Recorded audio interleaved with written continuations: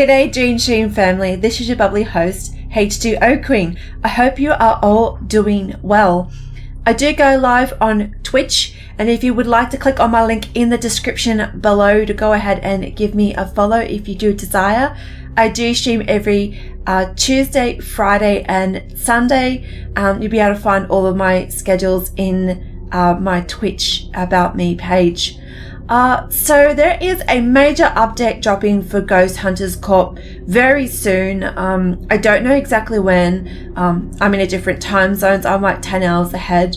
I do know it's supposed to be the 18th of August, but it depends. I don't necessarily know. I'm going to change over screens and I'll just go through briefly because I know most of you do have the information accessible on Steam. However, for those that don't own the game or haven't had a chance to read the update, this video is for you. I am aware that not a lot of people were prepared to make an investment into the game when it first came out because the amount of bugs were available. So let's read this through together, and I don't know, hopefully this video will give you a new perspective and see if you are excited for what's about to come. So I'm just going to go through with the latest development that was released.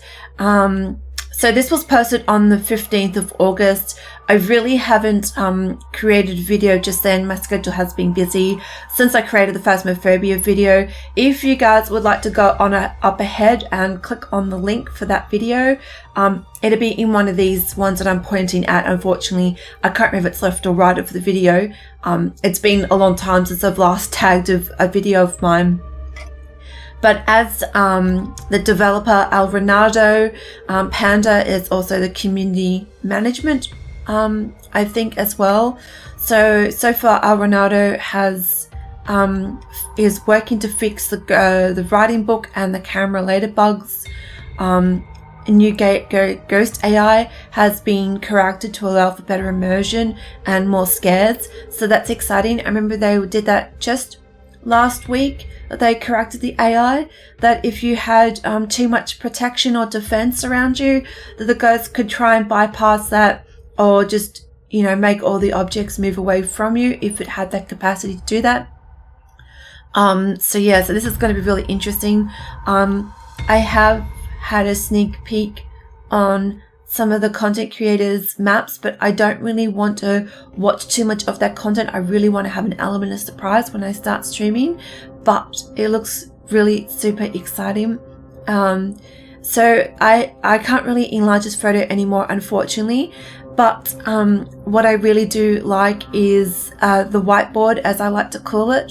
That has had a definite makeover. It looks a lot more presentable now.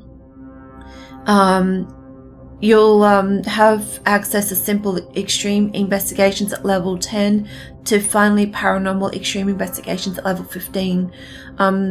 These two game modes are more difficulty orientated for people who want to face a more aggressive ghost who wants, I think, more than to take your life. So that's going to be very interesting. But yeah, I like it's got the main goals up here, secondary goals.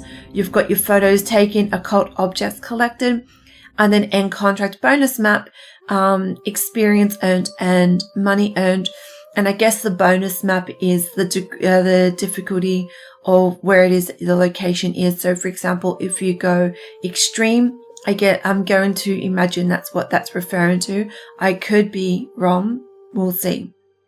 Like I say, I didn't want to look too much into what is coming up. I just want to have that immersion of excitement when I come in and genuinely be taken by surprise. So the entity's AI will undergo a large improvement to promote the exploration of maps and to search for the entity. The entity will start in a rest mode. You'll be able to explore and look around. This mode stops once a player approaches the entity by entering its haunting room, for example. In addition, the AI will stop targeting a specific player once it becomes aggressive. It can now change target depending on the distance between the players, if the player is accessible or if the player is not in an area protected by a crucifix or a statue of Mary. Although Phasmophobia and Ghost Hunters Corp are entitled their own games, But this reminds me of what happened with the Banshees in Phasmophobia. Rather than it being locked to one player for the whole game, if the Banshee's target wasn't in the house at the time that the hunt commenced, the Banshee would change target. So this is very similar, that the ghost now has will target any player, not just a specific one at any given time. So I really like the update that the developer's direction has gone. I think this is very positive. Rather than just attacking one person over and over again, especially if that player is new, there's nothing worse than fearing the ghost and not knowing where you can go to feel safe.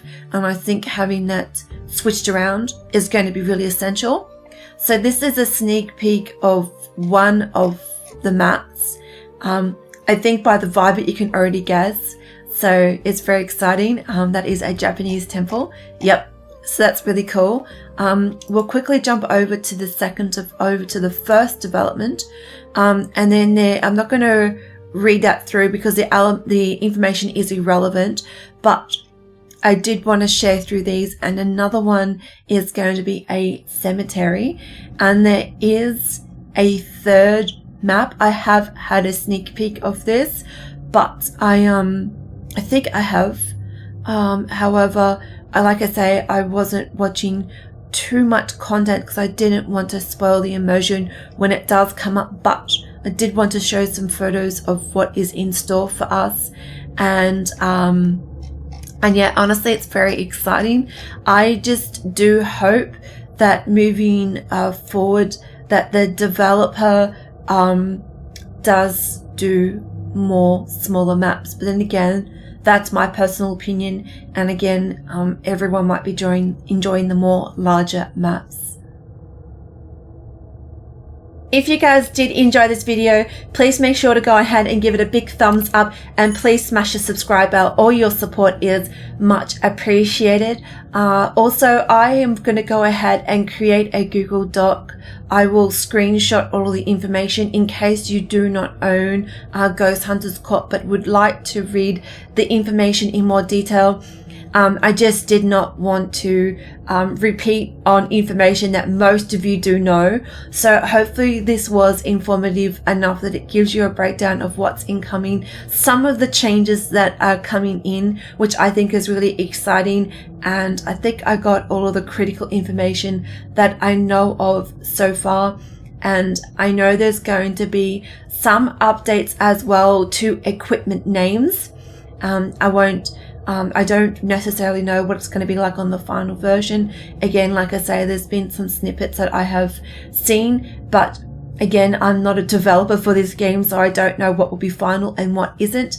But I am interested to see on the final release what it's going to look like and if it will be as I have seen it.